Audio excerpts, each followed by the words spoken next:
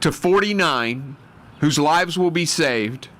In just 6 years, it'll be the number one cancer cause of death for people in that age group. It doesn't have to be that way. It does not have to be that way.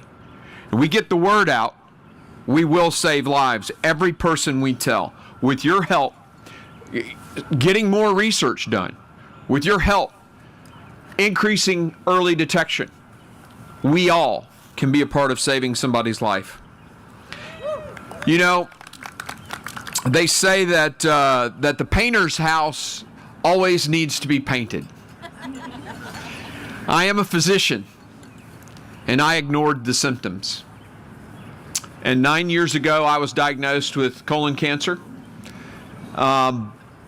Did the radiation, lost 1.5 feet of my colon, had the ostomy, did the chemo. And I have to, of course, give a shout out to the medical people who saved my life.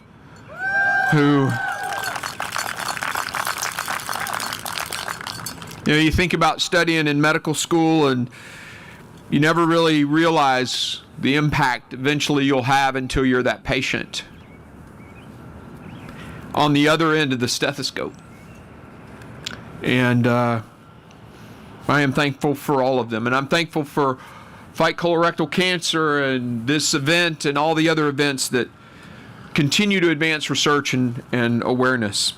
And it's an honor to serve with Congressman Payne as the co-chair of the caucus. We had a great event the other day, and his leadership on this in a policy arena has been fantastic. You know, I think, though, digging into this and getting into the research of it and finding out the multiple causes is probably something that I'm most passionate about. I served in the Middle East multiple tours. I got exposed to the burn pits, and I got diagnosed with 2 primary cancers simultaneously with no genetic indicators and no family history of either of those 2 cancers, thyroid and colon cancer. And it's that kind of detailed research that we need to do into the causes of this disease. And that's why it's an area that I get very fired up about. I have done a bunch of bills advocating, for example, for K2 veterans that were exposed to various toxins in Uzbekistan, and for the burn pit bill, the PACT Act, things like that. There's also a couple of other areas, we think about increasing lives saved. Well, there's also other things that as a physician I can bring to the table. For example, 25% of physicians, according to the AMA, say that delays in care are caused by the requirements from the insurance companies to do prior authorizations. So I have a bill right now, and Congressman Payne, I'd love to have you sign on this one. It is to stop those prior authorizations delaying the care and getting diagnosis for patients so their lives can be saved. Physicians know that those delays in care result in increased morbidity and mortality, and we have to stop it. It is, again, an honor to be with you today. I can't thank each of you enough. And really cool this morning, I got to meet some Tennesseans who are here and some folks from my hometown, Go Vols, who are also survivors and who are also out there fighting the good fight to get the word out. Thank you all for being here. God bless you guys.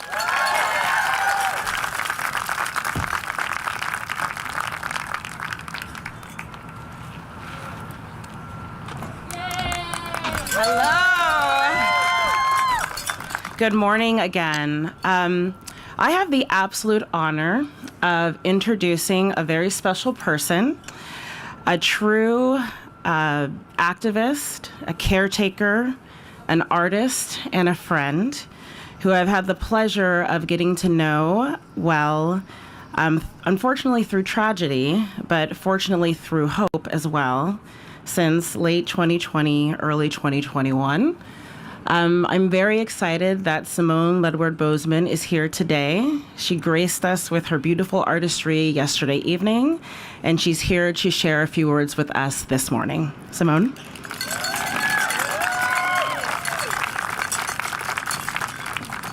Thank you. All right. right. Good morning. Look, I know that this is a rally, and so we're all supposed to get real riled up, and we'll get there. But I want to be the one to say that I'm sorry you have to be here today. I'm sorry that cancer is a part of your story. I'm sorry that it's a part of mine. You deserve honesty from me, and so I'll be very transparent. I am not very happy this morning, respectfully, to the Fight CRC folks. There is purpose in being here, turning pain into purpose and all that. There is certainly value, but it's not a happy occasion, and I refuse to be convinced that I should be here. I should be at home with a husband that should still be on this earth. We should be sitting on the couch with a refrigerator full of food, still wondering what we're going to get for takeout. We should be fighting over, yeah, we all do it. We should be fighting over who touched the remote last. And it makes me angry.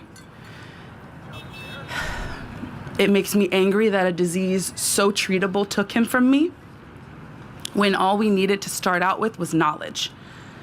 It makes me angry that colorectal cancer diagnoses had been rising so dramatically in young people, and young Black people in particular, for 15 years before he was diagnosed, and we still knew nothing about it.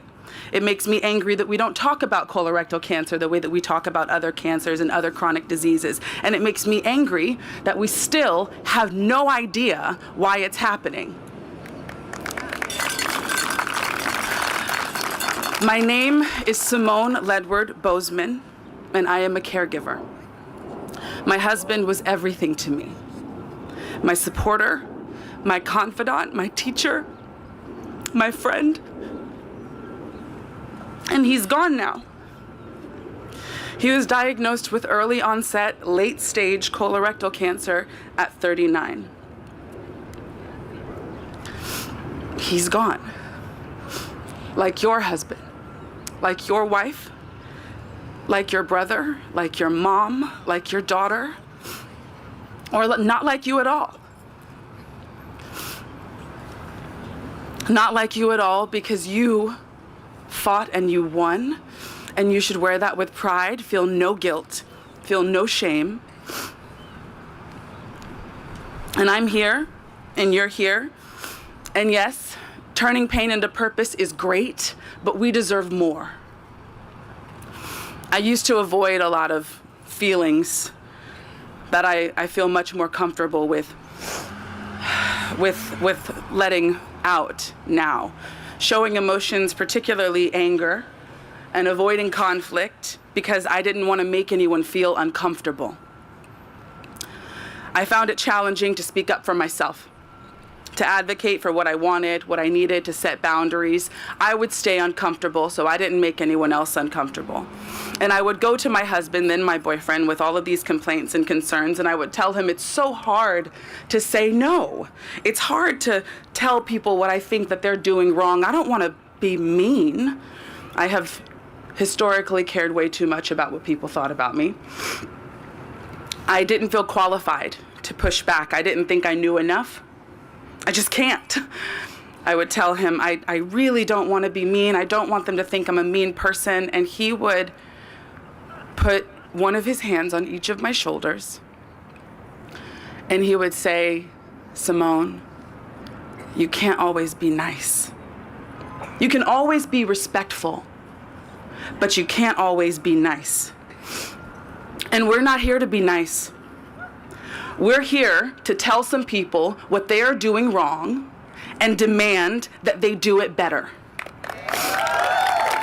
Colorectal cancer is not some nameless, faceless thing. Look to your left and look to your right. It looks like us. We're here. We are the faces, we are the voices, we are the stories, we are the proof. You can't always be nice. Not when you need to get something accomplished. You can't be nice when there are 20 other voices clamoring. You have to be loud. So here's your homework. Here's your assignment today. Be an ambassador. Maybe you've already gotten a head start on that. A lot of you here have extra credit for you. Don't underestimate the value of your experience. Talk about it. Talk to your friends, talk to your family, talk to your social networks. Your community is where it starts, and you have the information, so you have an obligation to save everyone around you. No one that I know and love, no one else that I know and love will die from this disease. No one. And that should go the same for all of you here today. Ask the questions. Redirect the conversation. Why is colorectal cancer the only top 5 cancer without its budget in the Department of Defense? You can't be nice. You must be insistent. You must be immovable. Know your power. Step into it. It can be intimidating sometimes, acknowledging how powerful you are, because then you have to live up to it. Then you actually have to do something about it. You didn't choose the fight, but you were made for it. Have faith, get up, make noise. Thank you.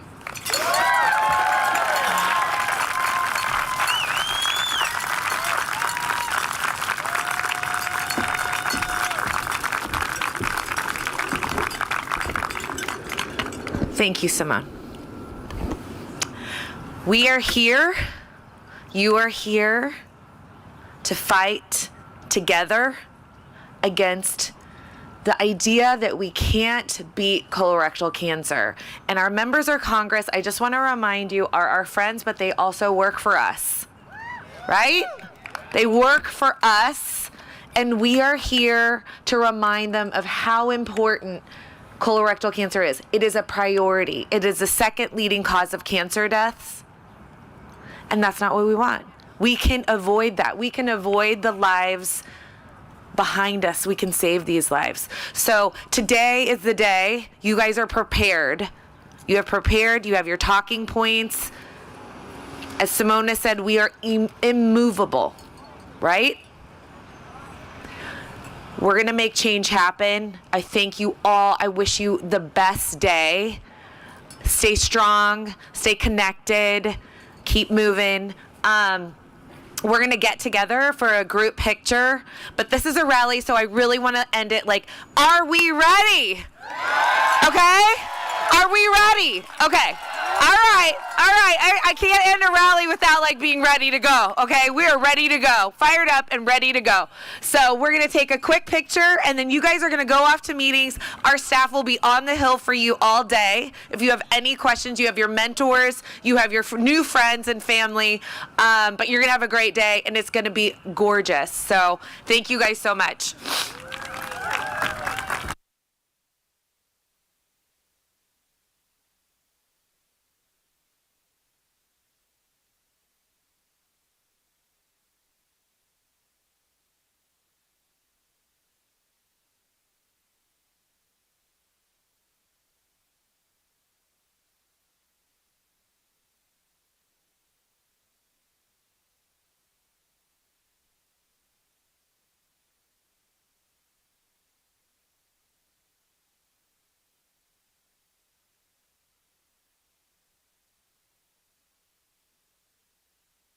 Have meetings right away.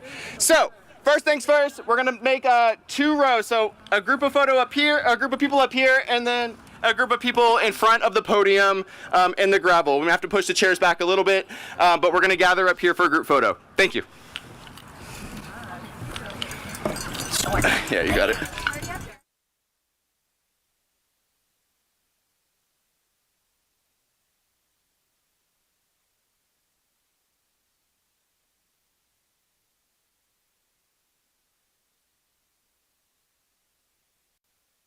Can't be so